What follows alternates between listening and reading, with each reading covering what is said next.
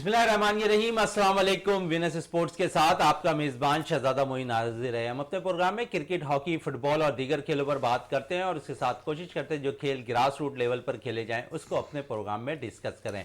पेशावर ज़ल्मी और मुल्तान सुल्तान के दरमियान कल मैच खेला गया, जिसमें हमने देखा कि मुल्तान सुल्तान ने कामयाबी हासिल की और 56 रन से कामयाबी ज़रूर हासिल की, लेकिन जिस तरह साइम अयूब ने बैटिंग का मुजाहरा किया, कल दिलों को वो भाते हुए भी दिखाई दिए। दूसरी जानिब एक दफा फिर एहसानुल्लाह 3 मैचों के अंदर जो है 10 विकेटें अब तक इस पीएसएल सुपर 8 में लेते हुए दिखाई दे रहे हैं। सारे सूरताल पे बात करने के लिए हमारे साथ स्टूडियो में मौजूद है रियाजुद्दीन साहब, जो स्पोर्ट्स एनालिस्ट है और विनर्स टीम का हिस्सा है। उनके साथ साथ मौजूद है जमील अहमद साहब, क्रिकेट एक्सपर्ट है। इनसे भी बात करेंगे कल के मैच के हवाले से। पहले रियाज साहब के पास आते हैं। रियाज साहब, कल के मैच को किस तरह आपने देखा? बड़ी जबरदस्त कारकर्दगी अगर देखें तो साइम अयूब की नजर आई, उसके साथ मोहम्मद हारिस भी उम्दा बैटिंग करते नजर आए, रोसो ने बड़ी जबरदस्त बैटिंग का मुजाहरा किया, फिर एहसानुल्लाह जो शायद इस पीएसएल 8 की दरियाफ्त कह सकते हैं, उसके हवाले से क्या कहेंगे?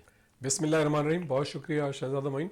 देखिए, एक बात तो तय है कि मुल्तान में जिस तरह से इस 8वें पीएसएल की इफ्तिताही तकरीब मुनक़िद हुई तो वहाँ के शायकीन ने भी बड़ा अच्छा मतलब एक जेस्टर दिया, पूरा स्टेडियम भरा हुआ था। और उसके साथ साथ मुल्तान की टीम भी अभी तक 2 मैचेस जो है वो जीत चुकी है, तो ये एक बहुत बड़ी अच्छी बात है। और कल का जो मैच था, एक मौके पे ऐसा लग रहा था कि ये फोटो फिनिश होगा, जिस तरह के इससे कबल के मैचेस खेले गए थे और वो बिल्कुल फोटो फिनिश, 1 रन 2 रन और इसी तरह से चल रहा था। लेकिन कल ऐसा लग रहा था कि पेशावर की टीम जब तक साइम अयूब और मौजूद थे तो लग ऐसा रहा था कि ये टीम जो है मैच निकाल लेगी। लेकिन फिर एक रन आउट होने के बाद जो है पूरा मैच जो है वो चेंज हो गया। लेकिन मैं साइम अयूब के लिए ज़रूर कहूँगा कि वो एक ऐसा बैटर निकल के सामने आया है जो मतलब जिसकी बड़ी एक्सपर्टीज़ है। उसका गेंद के साथ आई कांटेक्ट लेवल बहुत अच्छा है, वो बहुत कम वक्त में अपने फुटवर्क को एडजस्ट कर लेता है और जब बॉलर गेंद कराने आ रहा होता है तो वहीं से वो जज करके अपने फुटवर्क को एडजस्ट करके और स्ट्रोक खेलने के लिए प्रिपेयर हो जाता है। और बहुत कम वक्त में अपने आप को एडजस्ट करने वाला ये बैटर है जो पहली मरतबा इस अरसे में नज़र आया है। तो मैं ही समझता हूँ कि ऐसे बैटर्स का मुस्तकबिल जो है वो ताबनाक है। लेकिन मुझे डर ये लग रहा है कि कहीं इसको नज़र ना लगे और वो लॉबी जिनके अपने लोग ऑलरेडी टीम में मौजूद हैं वो इसका कोई स्टाइल चेंज कराने के नाम पे कहीं इसको ऐसा ना हो कि इसको इधर उधर कर दे।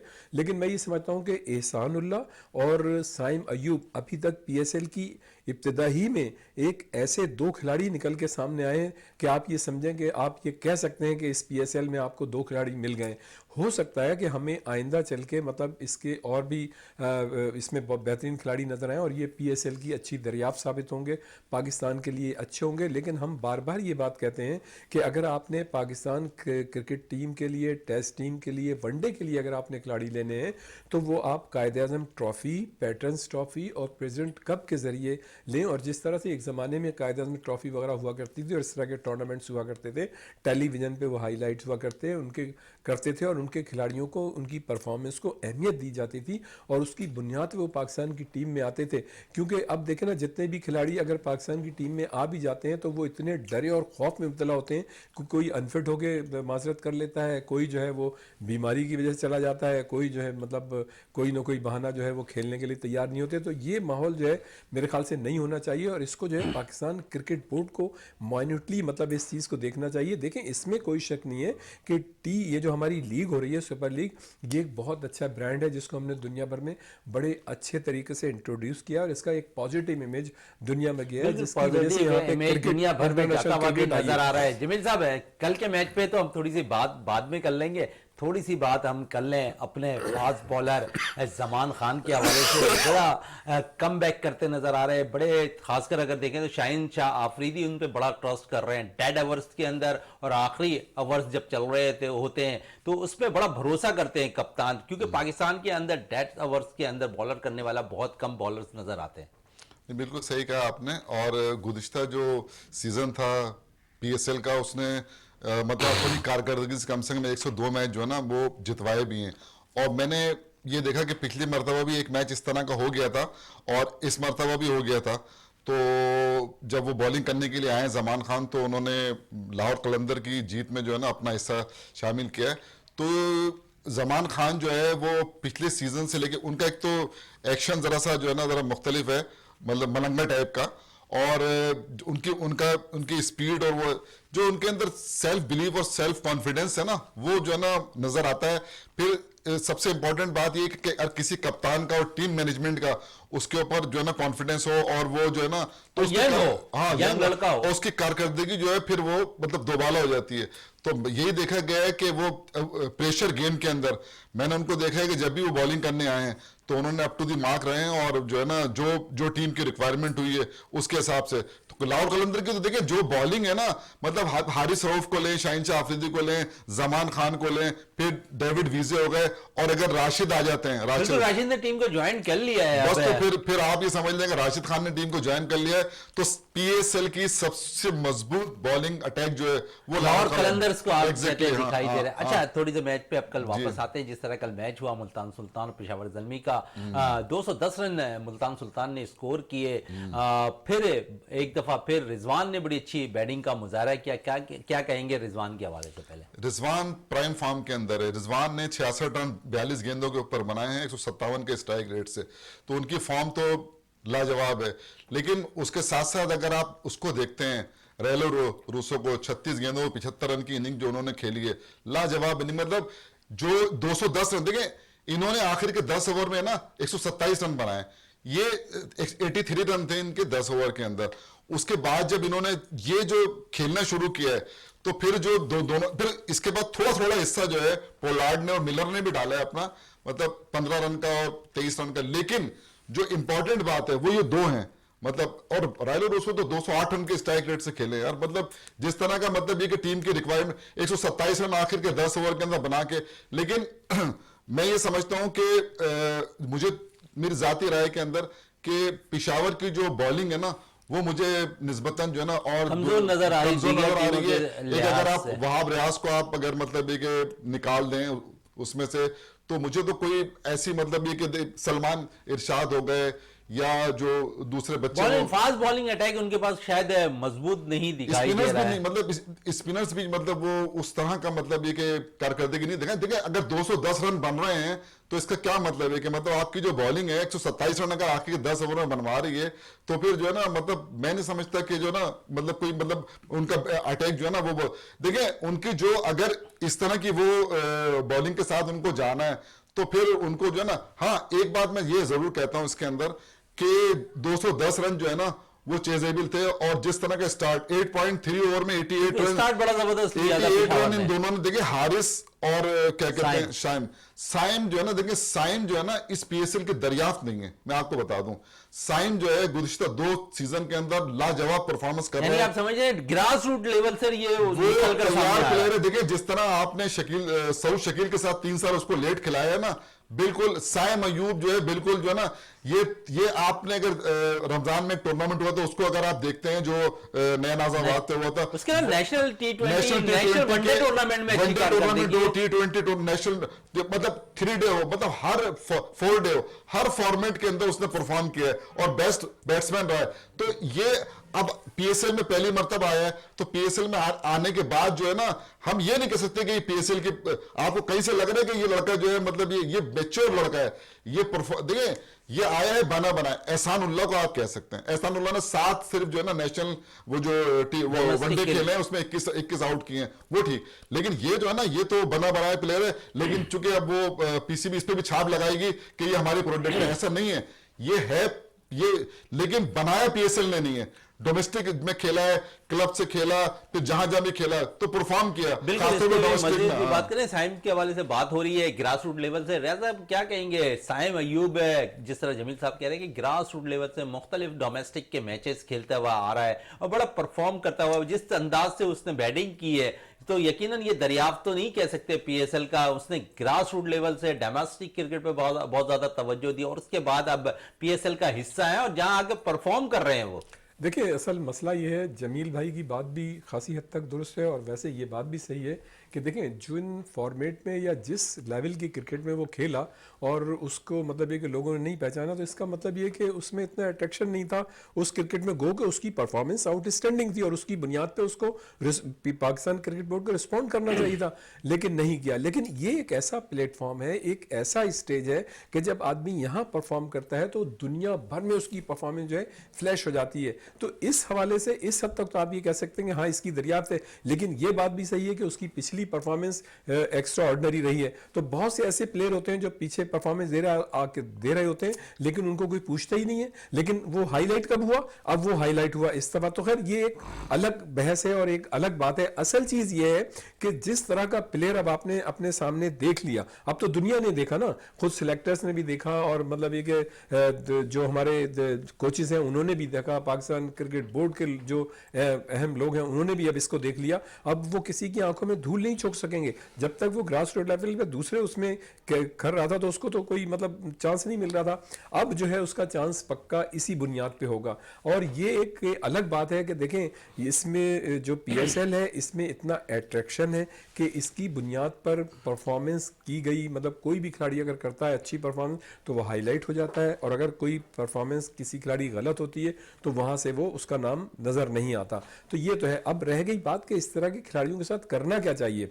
इस तरह के जैसे अभी जमील भाई ने कहा कि वो जो है ऐसा खिलाड़ी है जो मतलब 4 डे के लिए भी मतलब अपने आप को बेहतर खेलता है, 3 डे मतलब एक वनडे में ही अच्छा खेलता है। अब ये सिलेक्टर्स का काम है कि वो ये देखें कि इसको जो है आया ये टेस्ट टीम के लिए सही होगा, इसके जो रिफ्लेक्सेस हैं, इसका जो मतलब विकेट पे जो इसकी मतलब ये बॉडी लैंग्वेज है और जिस तरह से इसका फुटवर्क है, जो इसका आई कांटेक्ट लेवल है गेंद के साथ, तो वो अब देखें कि ये हमारे लिए कितना फ़ायदेमंद होगा टेस्ट क्रिकेट में, वनडे में या इसमें।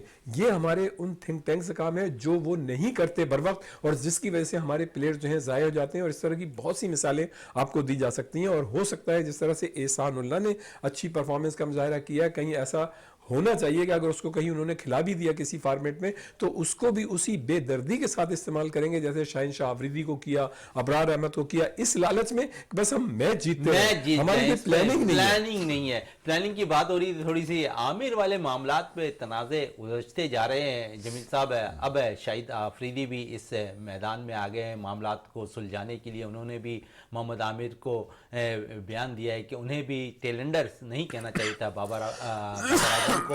कैसा देख रहे हैं अब आमिर को, क्योंकि आमिर ने तो माफी मांग ली है लेकिन ये एक तनाजा खड़ा हो गया। नहीं मतलब इस तरह की बात करनी नहीं चाहिए कि मेरे लिए जो ना मतलब टेलेंडर भी और बाबर आजम बराबर, ये तो बात ही मतलब गलत थी ना उन्होंने।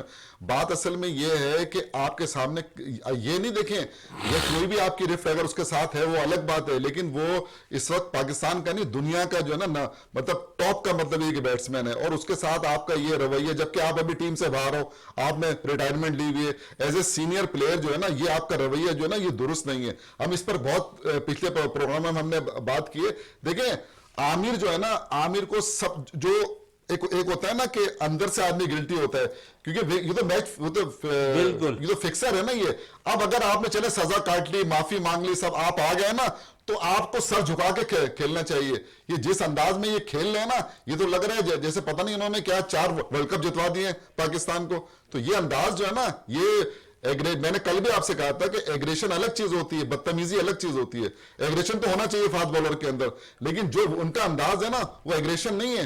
एग्रेशन जो है ना वो है जो मैंने कल भी बताया था आपको, जो वहाब रियाज ने 2015 के अंदर जो है शेन वॉटसन को जो ओवर किया था उसको एग्रेशन कहते हैं। ये तो बदतमीजी है ये जो ये कर रहे हैं ये, और ये किसी तरह से भी है ना मतलब ये कि काबिल कबूल नहीं है। अब शाहिद आफरीदी क्या जितने भी लोग हैं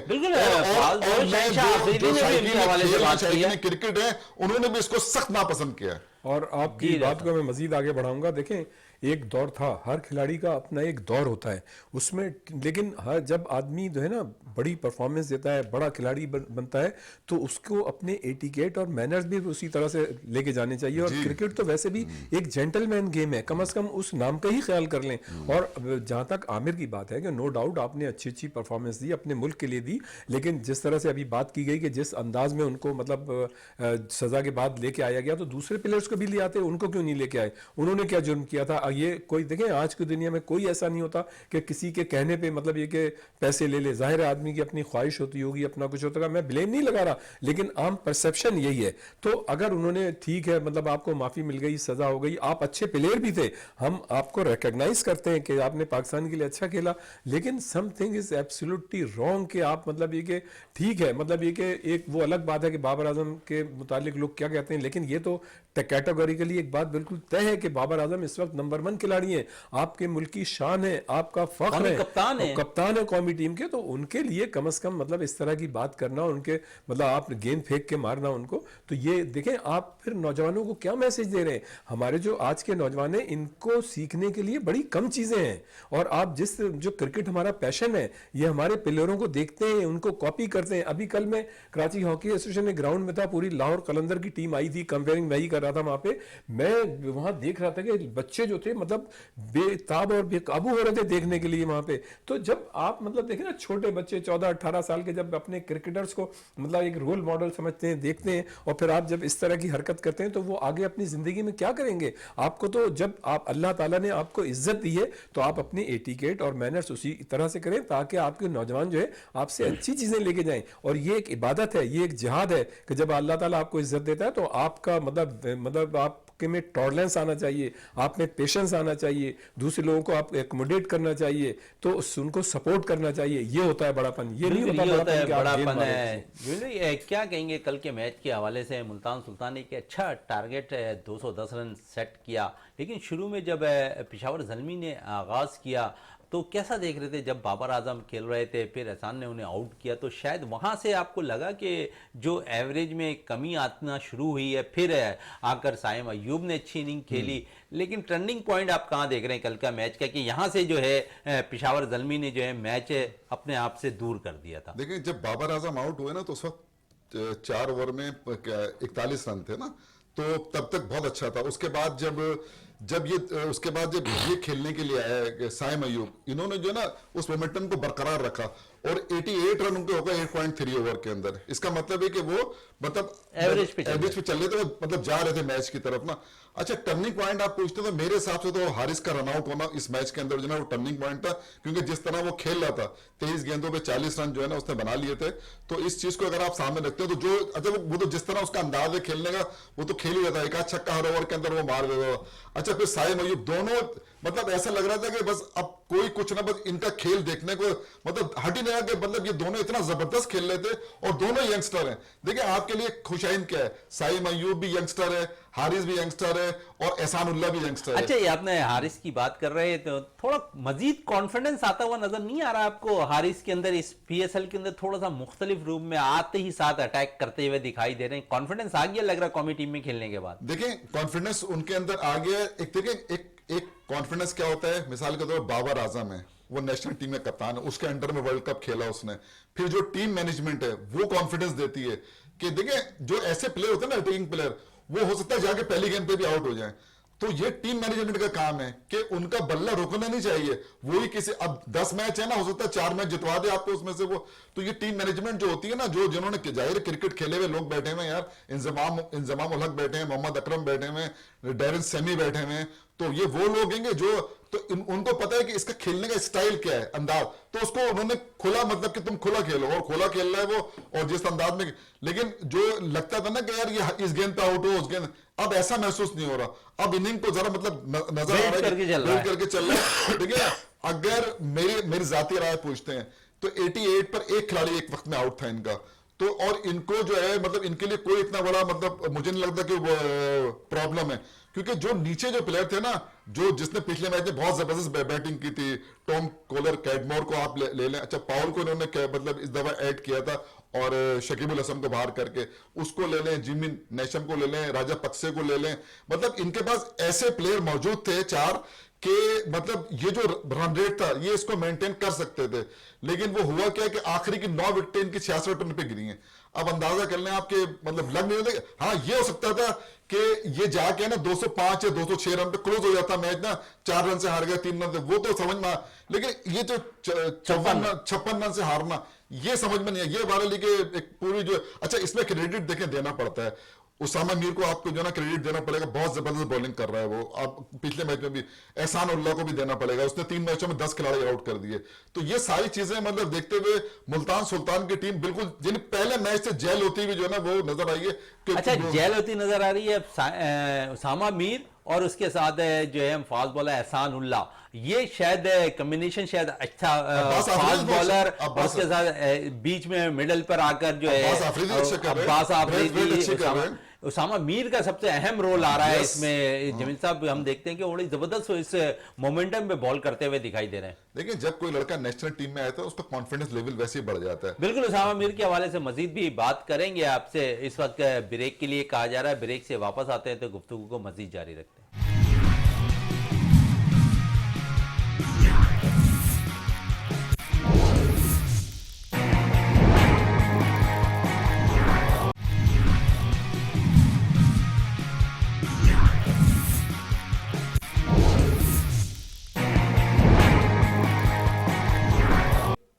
पाकिस्तान सुपर लीग के 8 के मैचेस तो खेले जा रहे हैं। अब थोड़ी सी बात कर लें, कराची में मुख्तलिफ स्कूलों की जानिब से स्पोर्ट्स गाले का भी इनेकाद किया जा रहा है। ऐसा ही स्कॉट सेंटर पे जो है नेक्स्ट स्कूल की जानिब से स्पोर्ट्स गाले का इनेकाद किया गया। इसमें मुख्तलिफ गेम्स रखे गए थे जहाँ पर ज़बरदस्त मुकाबले बच्चों के दरमियान खेले गए। इसी हवाले से हमने एक छोटी सी रिपोर्ट तैयार की है, वो रिपोर्ट हम आपको दिखाते हैं। जी हाँ, बिल्कुल। इस वक्त मैं मौजूद हूँ सिंध स्कॉट कॉम्प्लेक्स पे और यहाँ पर नेक्स्ट स्कूल की जानिब स्पोर्ट्स गाले का इनेकाद किया जा रहा है। इस स्पोर्ट्स गाले के अंदर 18 खेलों के मुकाबले तलबा और तलबात के दरमियान मुनक्किद किए जा रहे हैं, जहाँ पर वो अपने भरपूर सलाहियत का मुजाहरा करते हुए दिखाई दे रहे हैं। तो हमने यहाँ पर थोड़ी सी खिलाड़ियों से भी बात करनी है और उसके साथ साथ ऑर्गेनाइज़र से और मेहमानों से भी हम आपको इस स्पोर्ट्स गाले के हवाले से बात करते हुए दिखाएंगे। आइए चलते हैं इनके पास।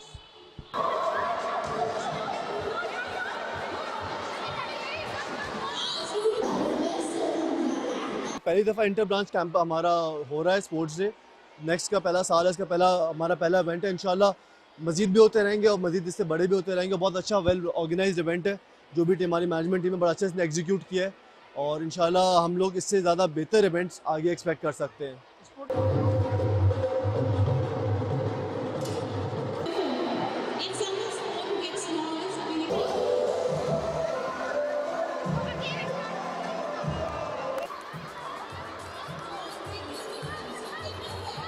Assalamualaikum. I'm Mubina Kamran, section head of PCHS campus pre-primary section. मुझे तो ये इवेंट बहुत अच्छा लग रहा है। यहाँ पे इंटर कैंपसेस के बीच में जो दो बच्चों का आपस में सोशलाइज होना बहुत अच्छा लगा है मुझे। और इस तरह के इवेंट्स होने चाहिए ताकि बच्चों को पता हो कि सिर्फ जीत ही कुछ नहीं होती, हार भी होती, क्योंकि हार के बाद ही ज़िंदगी की शुरुआत होती है। PCHS campus, I am the principle of PCHS campus. बहुत अच्छा लग रहा है कि बच्चे एक्साइटेड हैं, बच्चों के साथ टीचर्स भी एक्साइटेड हैं, पेरेंट्स भी एक्साइटेड हैं। They all are very happy. Seems like ये प्रोग्राम्स होने चाहिए, इवेंट्स होने चाहिए। द नेक्स्ट स्कूल ने ऑर्गेनाइज किया है। आजकल बच्चे जब कोविड से बाहर आए हैं तो उनको ऐसी एक्टिविटीज़ का मौका नहीं मिलता है कि वो अपनी फ़िज़िकली अपनी एनर्जी कहीं रिलीज़ करें। तो उससे ये होता है कि बच्चे थ्रू आउट जब बिज़ी होते हैं तो वो दूसरी हेल्थ चीज़ों में नहीं इतना इंगेज होते हैं। इन हेल्दी एक्टिविटीज़ की वजह से बच्चों का जो टेम्परामेंट है पढ़ाई में वो भी इंक्रीज़ होता है और बच्चे अच्छी खुशी जो है वो स्कूल आना चाहते हैं और ये सब चीज़ें बहुत ज़रूरी हैं।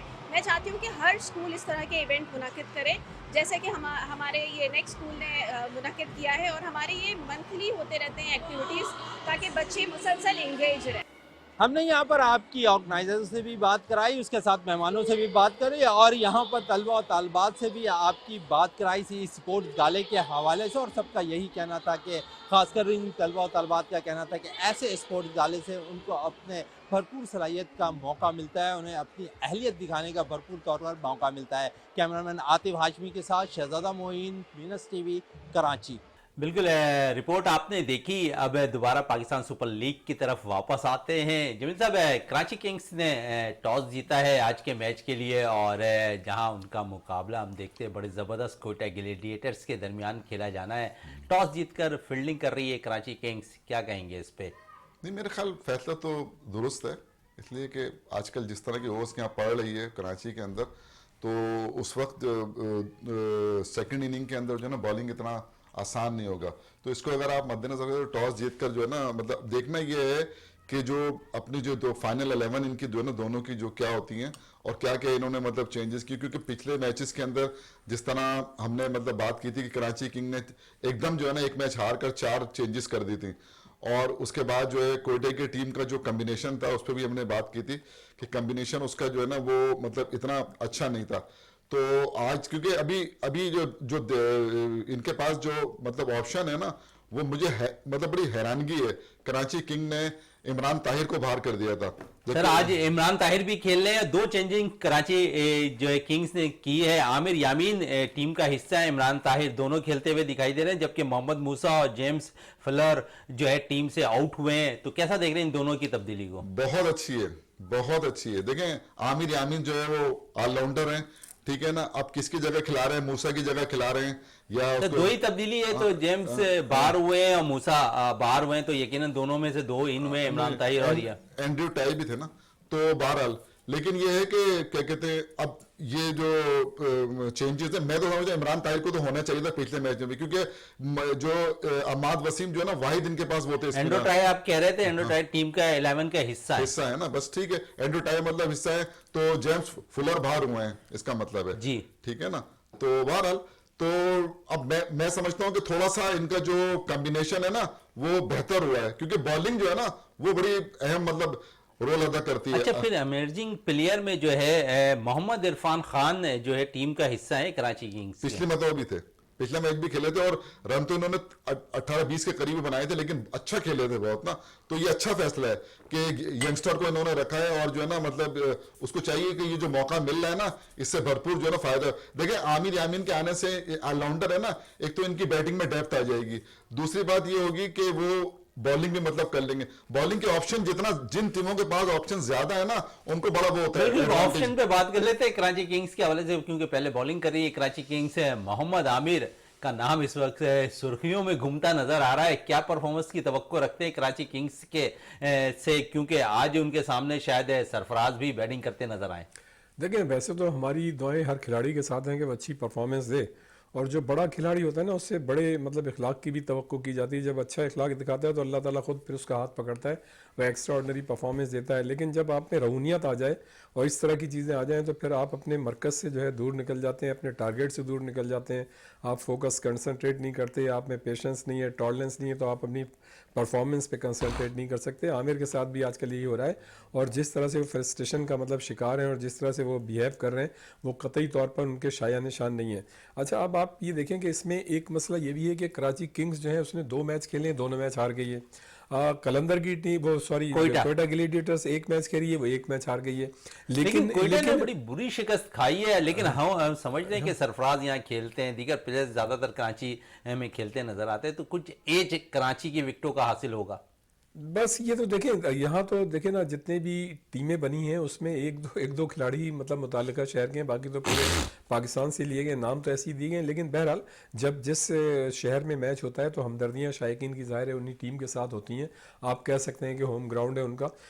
लेकिन मैं ये समझता हूँ कि जैसे कि अभी बात हो रही थी कि कोयटा ग्लैडिएटर्स को थोड़ा सा एज इसलिए थोड़ा ज़रूर हासिल होगा कि उन्होंने सिर्फ 1 मैच में शिकस्त खाई है, तो ये एक साइकोलॉजिकल थोड़ा सा इफेक्ट होगा कराची किंग्स पे कि उन्होंने जो है 2 मैचेस हारे हैं, उन पे प्रेशर होगा। अच्छा, ये जो इस तरह के जो मैचेस होते हैं T20 के और इतने मतलब अट्रैक्टिव मतलब मैचेस होते हैं PSL के ख़ास तौर से, इसमें देखें जो सिचुएशन चेंज होती है ना उसके हिसाब से अपने आप को एडजस्ट करना सबसे बड़ी बात होती है। फिर ये कप्तान के लिए ज़रूरी होता है कि वो किस मौके पे मतलब जो तब्दीली आ रही है ग्राउंड के अंदर, सिचुएशन जो चेंज हो रही है उसके हिसाब से वो अपना किरदार अदा कर रहा है, चेंजेस कर रहा है, रिएक्ट कर रहा है। अगर वो उस तरह से नहीं कर रहा तो इसका मतलब ये कि उनकी टीम जो है कहीं भी मतलब रेट नहीं करेगी। इसमें जहां कप्तान का किरदार होता है वहां उन खिलाड़ियों का भी होता है। अगर आपकी टीम बैटिंग कर रही है तो वो बैटर्स पे बात आती है कि आप स्कोर बोर्ड को देखें, सिचुएशन को देखें, हालात को देखें, माहौल के देखें और उसके हिसाब से अपने आप को एडजस्ट करते हुए टारगेट तक पहुँचें। और अगर आपकी टीम पहले ज़ाहिर है बैटिंग कर रही है तो आप पर पहले मतलब जिम्मेदारी होती है कि आप कम से कम एक ऐसा टारगेट सेट करें जो चैलेंजिंग हो, जो फाइटिंग हो। तो ये चीज़ जो है असल में होती है। बाकी जितने भी प्लेयर्स हैं उनकी कमोबेश परफॉर्मेंस एक ही तरह की होती है। बास प्लेयर जो है इस फॉर्मेट पे बहुत ज़्यादा अच्छी परफॉर्मेंस पेश कर जाते हैं, हाईलाइट हो जाते हैं, लोग उन्हें जानने लगते हैं, फिर उनसे तवक्कात भी उसी तरह से बढ़ जाती हैं। मैं ये समझता हूँ कि कोयटा ग्लैडिएटर्स इस वक्त निस्बतन ज़्यादा एतमाद में होगी। एक तो वो एक मैच हारी है, फिर कप्तान के मोरल पे भी बड़ी बात होती है कि इसलिए कि देखें सरफराज अहमद जो है, आपने देखा कि हालिया जो टेस्ट सीरीज़ थी उसमें 20 मैचेस के बाद आए, कमोबेश 2 साल के बाद वो टीम में आए, फिर उनकी परफॉर्मेंस जो है एक्स्ट्रा ऑर्डनरी गई। हर मैच में उन्होंने 50 की, एक मैच में उन्होंने 100 मारे, तो उनका जो कॉन्फिडेंस लेवल है वो बहुत ज़्यादा हाई है। तो जब किसी कप्तान का और खिलाड़ी का जिसने हाल ही में मतलब इस तरह की एक बड़ी टीम के खिलाफ सीरीज़ खेली और उसने एक्स्ट्रा ऑर्डनरी परफॉर्मेंस दी हो, तो उसका कॉन्फिडेंस लेवल हाई होता है। तो उसका रिफ्लेक्शन जो है कम अज़ कम मैं ये समझता हूँ कि आज के मैच में ज़रूर नज़र आना चाहिए। गो के देखें वसीम अहमद हैं, वो भी वापस मतलब है कि बाबर आजम की जगह कैप्टनशिप के लिए आए हैं, और इसमें भी कोई शक नहीं कि उन्होंने बड़े अच्छे रन अभी पिछले मैच में बनाए थे, और उनके साथ साथ दूसरे जो थे खिलाड़ी उन्होंने भी उनका साथ दिया था। लेकिन जैसा कि बाज़ औक़ात हम ये बात करते हैं, रिजवान के लिए भी बात करते हैं, बाबर आजम के लिए भी बात करते हैं कि ये जो मैचेस खेलते हैं ये सिर्फ अपने लिए खेलते हैं, ये टीम के लिए नहीं खेलते। हालांकि वो दोनों बहुत बड़े बैटर हैं और तो आईसीसी से उनको बड़े बड़े अवार्ड मिले।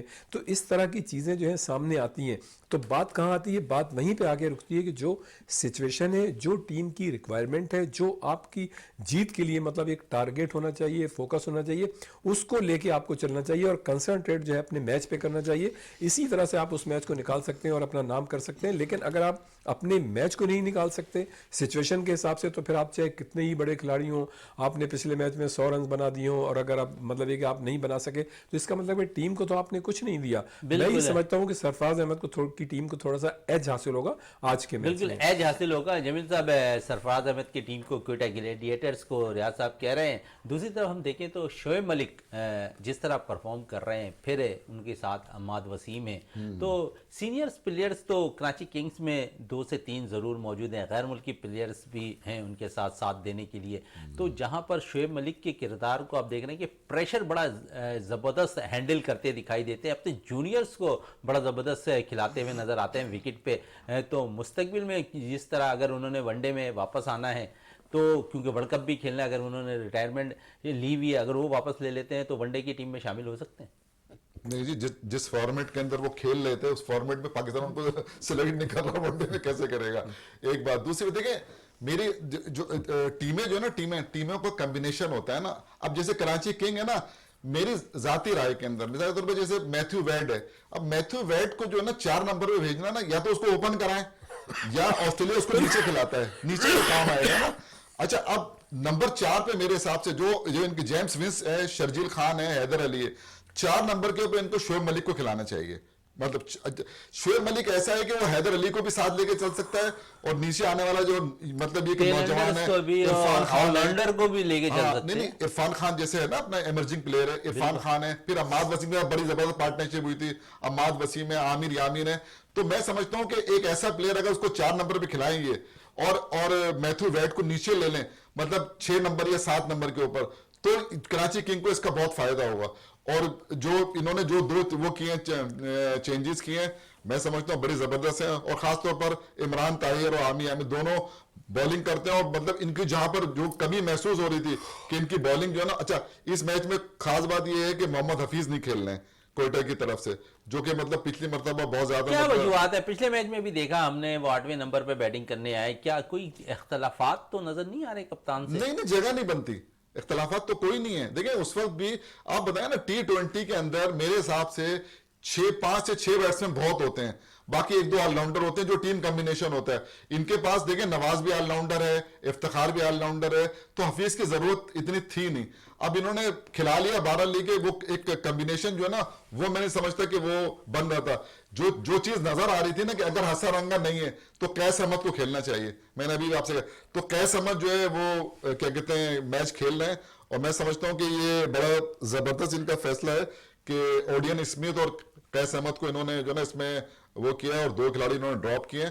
तो मुझे लग रहा है कि दोनों का जो बैलेंस है टीमों का, वो निस्बतन दोनों ने 2-2 चेंजेस किए हैं, और दोनों का बैलेंस जो है ना मुझे बेहतर लग रहा है। और एक अच्छा मैच जो है ना मतलब शायकीन क्रिकेट देखेंगे इंशाल्लाह। अच्छा, मैच की तो जो सूरताल है वो तो वक्तन वक्तन हम अपडेट भी करते रहेंगे अपने टीवी स्क्रीन पे, क्योंकि हमारे टीवी वीनस स्पोर्ट्स पे और वीनस टीवी पर जो है साइट पे एक लोगो होता है जहाँ पर तमाम अपडेट मैचेस के हवाले से लगती रहती है। हर बॉल टू बॉल हम चल रहे होते हैं। थोड़ी सी बात हम कर लें शायकीन क्रिकेट की, आप बात कर रहे थे कितना अच्छा देख रहे हैं। कल एक नाखुशगवार वाकया कराची में पेश हुआ, उसके बाद PSL स्टार्ट रही, तमाम फ्रेंचाइज के दरमियान मीटिंग हुई उनके ऑनर्स के दरमियान। उन्होंने जो है बाकायदा प्लेयर्स से पूछा कि आप खेलना चाहते हैं या नहीं खेलना चाहते। सब प्लेयर्स जो गैर मुल्की प्लेयर्स हैं उन्होंने हामी भरी। क्या कहेंगे इस पे कि PSL जारी है हमारा? नहीं, बड़ी खुशाइन बात है। हमारे दुश्मन तो हमारे चारों तरफ फैले हुए हैं ना, तो हमें उन दुश्मनों का भी मुंह काला करना है। और इस तरह की चीजें जो हैं, जो ये जो होती हैं, ये क्या है, ये मतलब मैचेस है ना कराची के PSL को मतलब वो करना। आपको याद होगा कि 2009 के अंदर भी इस तरह का एक इंसिडेंट लाहौर के अंदर हुआ था, और उसके बाद से फिर पाकिस्तान के अंदर जो है वो क्रिकेट खत्म हो गई, तकरीबन 10 साल 11 साल के बाद फिर वापस आई।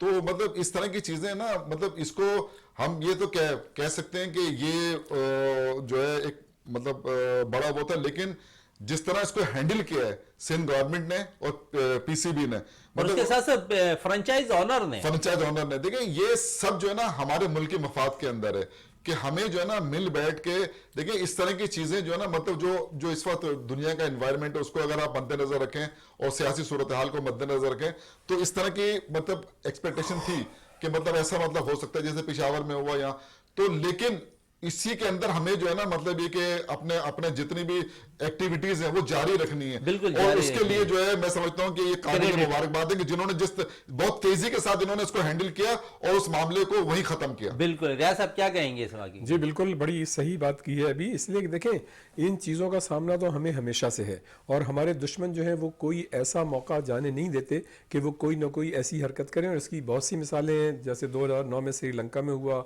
इसी तरह कराची में हुआ,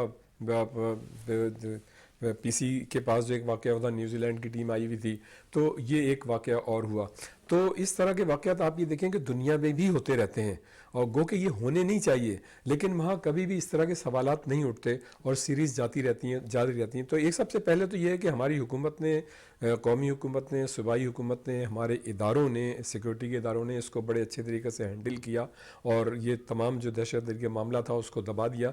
और आप ये देखें कि हमारे ये जो जितने भी सिक्योरिटी के इदारे हैं वो इससे पहले भी कुर्बानियाँ देते रहे हैं, और उन कुर्बानियों के नतीजे में हम आज अपनी एक्टिविटीज़ जो है ज़्यादा एतमाद के साथ मतलब उसमें शिरकत कर रहे हैं और उसको मना रहे हैं। और इसमें इस मौके पे हमें अपने उन तालिब इल्मों को भी नहीं भूलना चाहिए, उनकी भी कुर्बानियाँ शामिल हैं, हमारे शहरियों की भी शामिल हैं कि अल्लाह ताला मतलब है कि उनको दर्जात बुलंद करे और हमें इस जो ये नाकानी आफात हैं और दहशतगर्दी है इससे महफूज रखे। रह गई टीम के किरदार की बात, फ्रेंचाइज़ के ऑनर की, और जो ख़ास तौर से जो ओवरसीज़ के खिलाड़ी हैं उनका जो मतलब बिहेवियर, उनका रद्द-ए-अमल इस बात पे बड़ा पॉजिटिव रहा। इसका मतलब ये है कि खेल की जीत हुई है, क्रिकेट की जीत हुई है, और दहशतगर्दी को मतलब ये कि जड़ से उखाड़ दिया गया है। तो ये एक मतलब बड़ी अच्छी चीज़ है, बड़ा एक पॉजिटिव इसका जेस्चर जाएगा, दुनिया भर में एक इसका अच्छा वो जाएगा। और मैं ही समझता हूँ कि अब हमारे जो शहरी हैं, जिस तरह से उन्होंने पहले मैच में कराची में बड़ा अच्छा रिस्पॉन्ड किया था, काफ़ी तादाद में मतलब ये कि स्टेडियम में शायकीन आए थे, लेकिन दूसरे मैच में नहीं आ सके थे। ज़ाहिर है उनको परेशानी का सामना करना पड़ता है, कुछ महंगाई भी इतनी ज़्यादा बढ़ गई है, चीज़ें जो है ग्राउंड के अंदर बहुत ज़्यादा महंगी मिलती हैं। फिर ग्राउंड स्टेडियम के अंदर अगर आप जाएं तो आपको वो फैसिलिटीज़ हासिल नहीं है जो इंटरनेशनल क्रिकेट में जो इस वक्त वहाँ के शायकीन को दी जा रही है।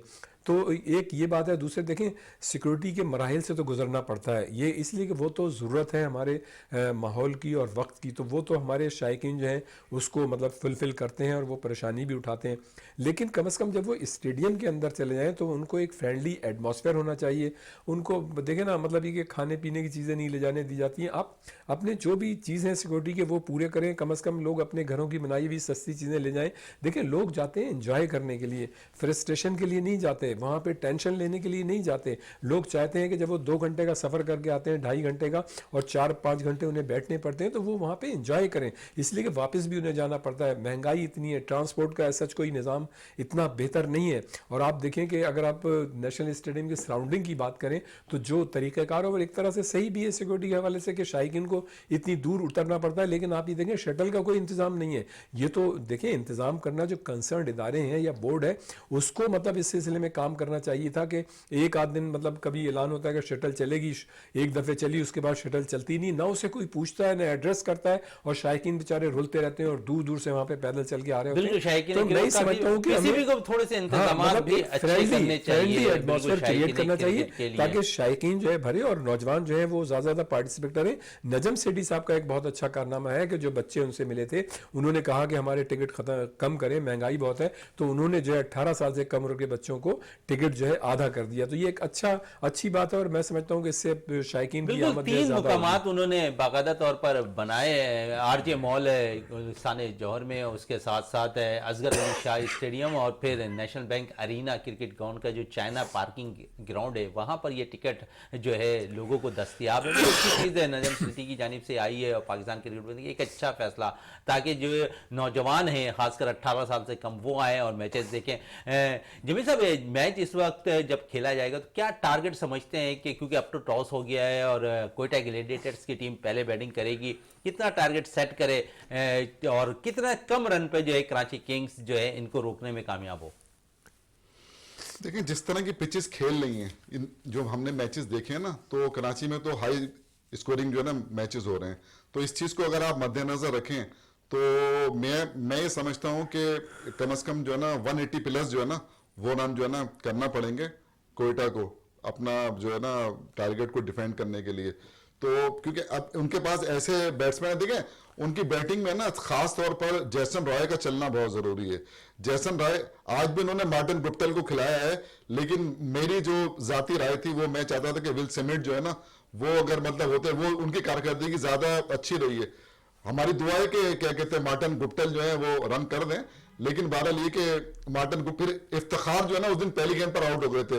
इफ्तिखार का रन करना बहुत जरूरी है, सरफराज, उमर अकमल, तो एक मतलब इस तरह की जो मतलब लाइनअप है कि ये इतने रन जो है ना जो 180 जो रन है वो ये अगर करते हैं तो बॉलिंग इस दफा इनके पास निस्बतन थोड़ा इनमें वो है, क्योंकि कैस अहमद भी खेल रहे हैं जो है ना टीम के अंदर और ओडियन स्मिथ को इन्होंने ऐड किया है। तो मैं समझता हूं कि 180 प्लस 180 तो मुझे लग रहा है। अच्छा, विकेट कीपिंग के हवाले से बात हो रही, सरफराज की आपने बात की। सरफराज अहमद वाहिद हैं जो अब तक शायद एक ही मैच खेला है उन्होंने, लेकिन परफॉर्म नहीं कर पाए। मोहम्मद हारिस बड़ी ज़बरदस्त फॉर्म में नज़र आ रहे हैं, उसके साथ साथ आजम खान बड़ी ज़बरदस्त फॉर्म में नज़र आए, जिस तरह उनका बल्ला चलता हुआ नज़र आया। फिर मोहम्मद रिजवान बड़ी ज़बरदस्त बॉलिंग कर रहे हैं। अब चौथा सरफराज अहमद है जिनके बैट से अब रन उगलना है। शायकीन क्रिकेट बड़े बेताबी से इंतजार कर रहे हैं सरफराज की इनिंग का। देखें एक बात बताऊं मैं आपको, यही क्रिकेट है और ये जो मुकाबले का रुझान है ना ये रहना चाहिए।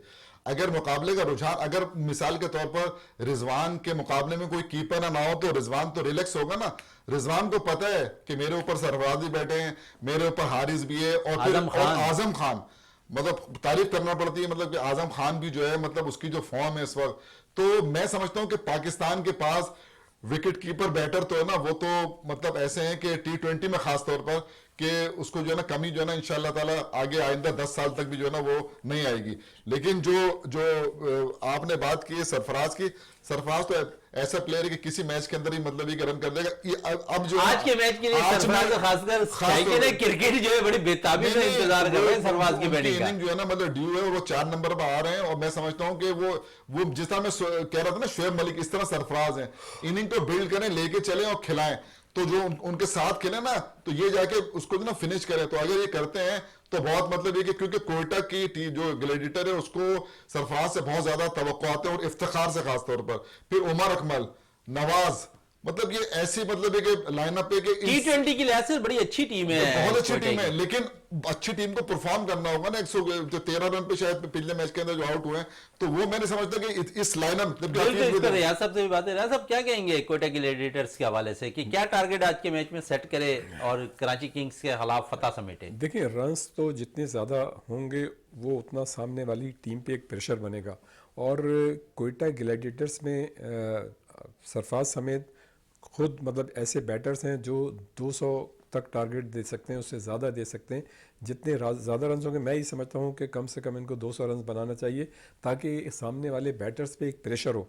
अगर आपका कम स्कोर होगा तो वो ये चेजेबल होता है, और ज़ाहिर है T20 क्रिकेट में कोई भी अगर दो बैट्समैन मतलब किसी भी सिचुएशन पे खड़े हो गए तो वो निकाल के लेके जा सकते हैं।